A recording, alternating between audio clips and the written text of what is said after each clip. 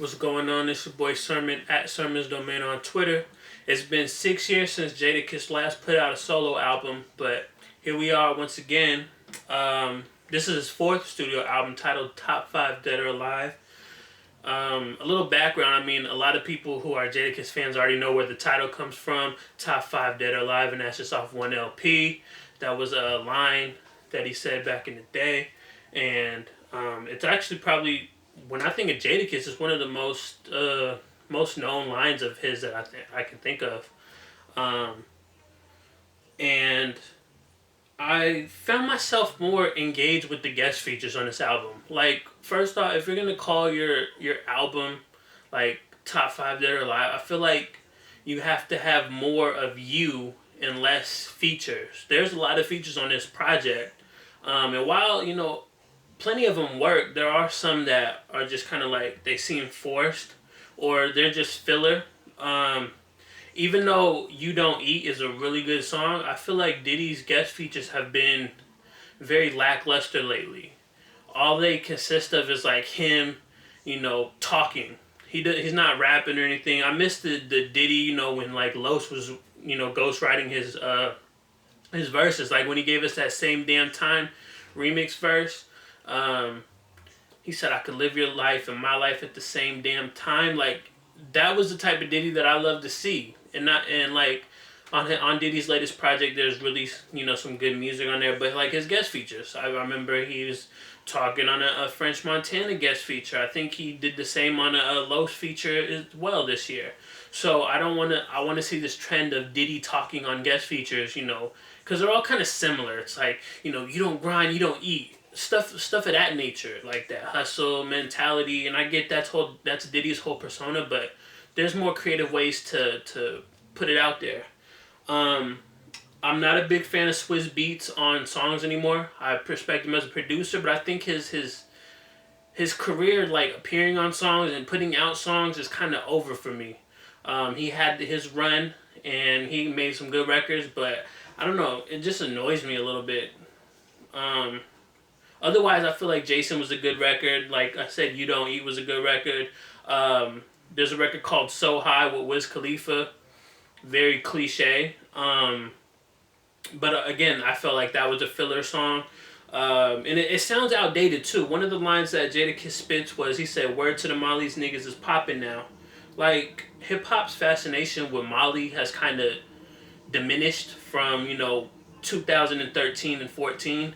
Now, we're kind of focused on something else, I guess. And then there's a Jadakiss and Styles P record that's produced by Just Blaze. I love it. Synergy. As usual, a Jadakiss and Styles P back and forth session never gets old. They can keep doing it for the rest of their career, and it always sounds great to me. They might as well just do like a project where they just kind of go back and forth. Maybe like an EP or something. On the other side, like Jadakiss and Lil Wayne on Kill, very memorable. One of Wayne's best verses I've heard in a while. Even if there's a couple lines that are kind of like, what the hell were you thinking? Nas has been on a roll with guest features this year. He's been on songs for Dave East, Faye Sean, Madonna, Rick Ross, Jeezy, and I'm probably forgetting more. He's been on a roll with the guest features, and I probably said this in a prior video of something that he's appeared on. I want him to drop his album because I'm so ready after hearing all these great guest features for him.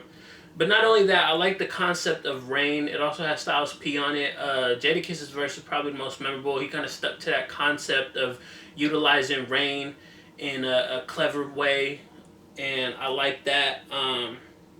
I think I can do without the confetti skit. The confetti skit was basically Jadakiss introducing his new artist. I think his name is Young Adz, like ADZ. And not to say that he's bad or nothing, but he didn't really add anything, I guess, to the album. And again, this is Jadakiss trying to show off why he's top 5, dead or alive. So, you have to introduce your artist at a different time, I guess. And that's my main thing that I keep coming back to, the guest features. I really wanted Jadakiss to really show out on this album, and he does when he does, he does. But at times it feels like the guest features are overpowering. Even though like Future was a dope feature that worked out, and Nipsey Hussle, they're just records that they don't really reassure the title. And I think he put himself in an impossible position already because even if you put together a classic album with top five Dead or Alive, I don't think a lot of people would admit that he is top five Dead or Alive, and I don't believe that he is. Jadakiss is a very good lyricist, a fine lyricist, and I appreciate all his contributions to hip hop, and the fact that he's still relevant to this day after being in the game for almost 20 years, if not more. But yeah, I don't believe he's top five Dead or Alive. But the album is good. Once you strip away that title, it's a good album. I have two questions. I couldn't come up with a third. So here's two questions. What new features worked out the best? He works with a lot of new artists, not new artists, but new collaborations. Obviously we got the Styles P and Chic Luch and Swiss Beats and people that he's worked with in the past. But there's also Nipsey Hussle, which I don't believe he's worked with. Wiz Khalifa, I said. Who else?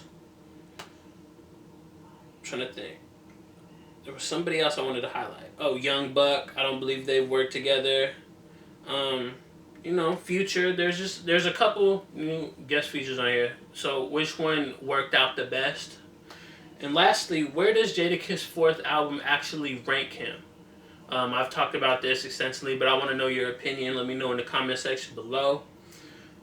So Jadakiss was tasked with creating a body of work to match the bold claim that he's, top five Dead or Alive. Does he do it? Not quite. It was an impossible task for the most part. However, you strip that title away and just appreciate the album for what it is, and you have a really solid album for his discography. And, that's all I can say about top five Dead or Alive. Once you hear the album, let me know your thoughts in the comment section below. And then like the video, subscribe to the channel if you're not already, share the video, follow me on Twitter @SermonsDomain. And as always, thank you for your time. I appreciate you for watching, and until next time, peace.